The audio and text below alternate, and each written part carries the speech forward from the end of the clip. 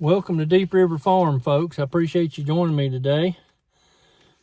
This video here is going to be some questions answered from the viewers.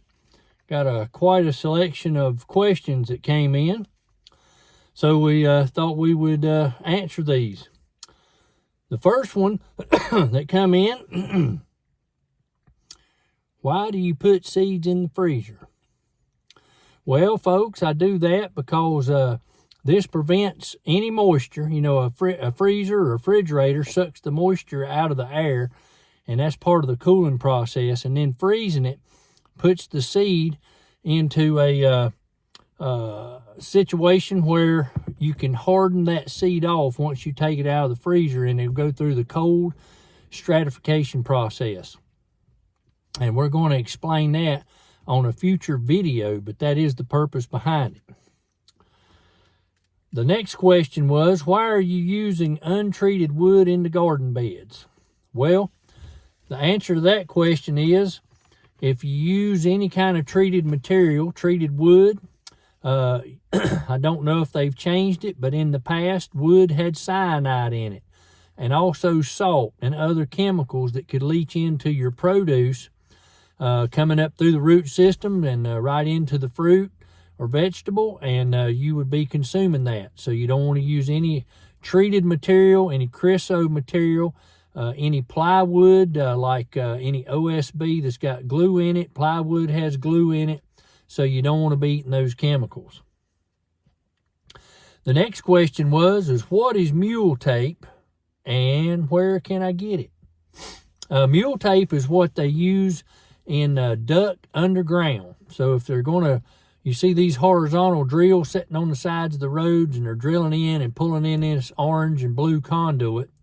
A lot of times that stuff has string in it, and that string is kind of like a fishing line. Some of it's rated at 1,250 pound test, some of it 1,800, some of it 2,500.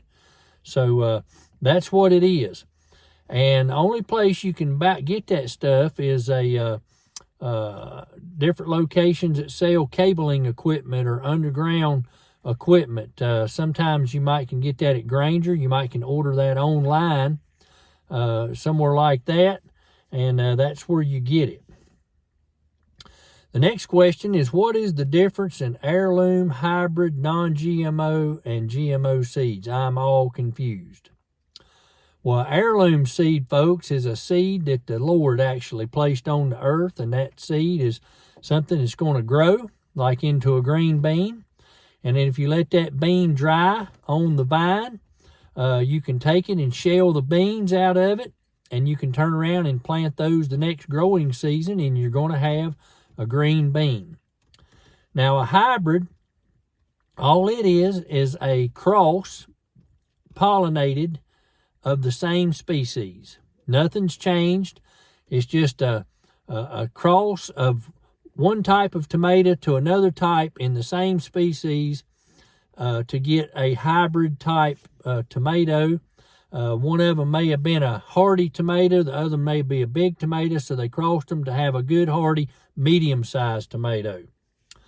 And then the next one was non-GMO seeds. Non-GMO seeds means non-genetically modified seed. That means nothing has been changed in the DNA of the seed. And a lot of times that's also in reference to a hybrid seed that you can get in the store. It just means it's not genetically modified, but it does not say hybrid. Now, a genetically modified or GMO seed means that the DNA has been in to be changed. A lot of times that's changed so that they can outfit the seed for a Roundup ready crop. Means it's got Roundup already placed into it. A lot of those seeds are pest resistant. They don't require as much water. And when you go to changing all the DNA in the seeds, folks, a lot of times you lose the quality of protein, vitamins, and minerals that the original seed had in it, and it's at a cost. A lot of the wildlife biologists thinks that the GMO seeds in soybeans, corn, and other things like that could be the cause. Alfalfa and hay and things like that could be the cause of chronic wasting diseases and other diseases in the wild animals, due to it changes the protein balance in the animals due to this being taken out, the genetics changed, and the properties of the seed itself changed, and losing valuable minerals and nutrients. Why is our water containing chemicals in them that hurt us and kill the fish? That's something you're talking about is fluoride and chlorine and chloramine. The fluoride acts as a, it's kind of like having bad cholesterol in your blood and it clogs up the arteries. Well, that's what fluoride does to your plants. And it kind of constricts them. It keeps them from sucking up the nutrients out of the soil and getting it up to the fruit or the vegetable. It's also bad for the humans, us. It creates brittle bones. It causes, it does cause actually skeletal problems in children and things like that, and it's banned in Europe. Now, the chlorine is a chemical they use to disinfect everything. They use it in swimming pools and things like that. Now, the reason they continue to have to use it in swimming pools all the time is because chlorine is a gas. It'll evaporate. If it's left out in the sun for a period of time, it will evaporate. The new chemical they're replacing that with is chloramine, folks, and the chloramine is way stronger than chlorine, and it does not evaporate. It actually causes chemicals in the water lines to adhere to it. Kind of like it cleans out the pipes. It pulls the copper and the lead out, makes it join together. It pulls it out of old pipes and puts it down into the actual drinking water supply, and people consume the copper and the lead, so it can't adhere to the inside of the pipes. So if you're getting some lead from somewhere, you're going to continue to get it down line because it won't let it adhere to anything. It keeps it pulled out and in the drinking supply. If I send in seeds, where can I send them? Now, this person was asking because we're trying to help get seeds and things up into western North Carolina. You can send them to any of the relief centers that's on our videos, or you can send those directly to Pastor Tim and Bud at the Bethel Wesleyan Church, and you can see that information under the donation information sign under the description of the videos. So that way you'll know. If y'all do seeds for resident, who's going to be in charge? And they were speaking about Foxtrot Echo Mike Alpha in the past things that they had done in taking stuff. Well, they're not up there doing anything because we got a new administration. And the actual people in charge are the relief center directors. And they know all these folks that are coming in and out of the relief centers. So they know who they are. And they're not going to give anything up to any of them that they don't know, because we don't need any fraud and anybody trying to sell any generators or anything like that. And then someone sent in and said the seeds were 9 cents a pack at Menards. And that's a really good price. I shared with everybody that I had found them at Dollar Tree, 4 packs for $1.25. So that beats what I found to share with you folks. So you may want to check if you got a Menards for seeds at 9 cents a pack. Another question was, what about the water in the mountains being toxic to use in the gardens? Well, folks, most of the people in the mountains were on wells if they didn't get filled up with mud and stuff. The water is toxic that comes out of these areas like Asheville, Swiatocho, and those places. But if you're up on the mountain, you got a stream or a creek, and you're not too far from the headwater, that water is generally okay.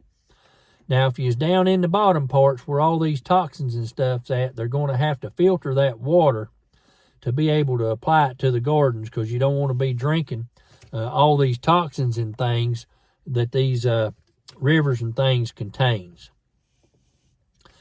Another one's statement was, our water smells like a swimming pool. I know it's bad for plants and garden. What can I do?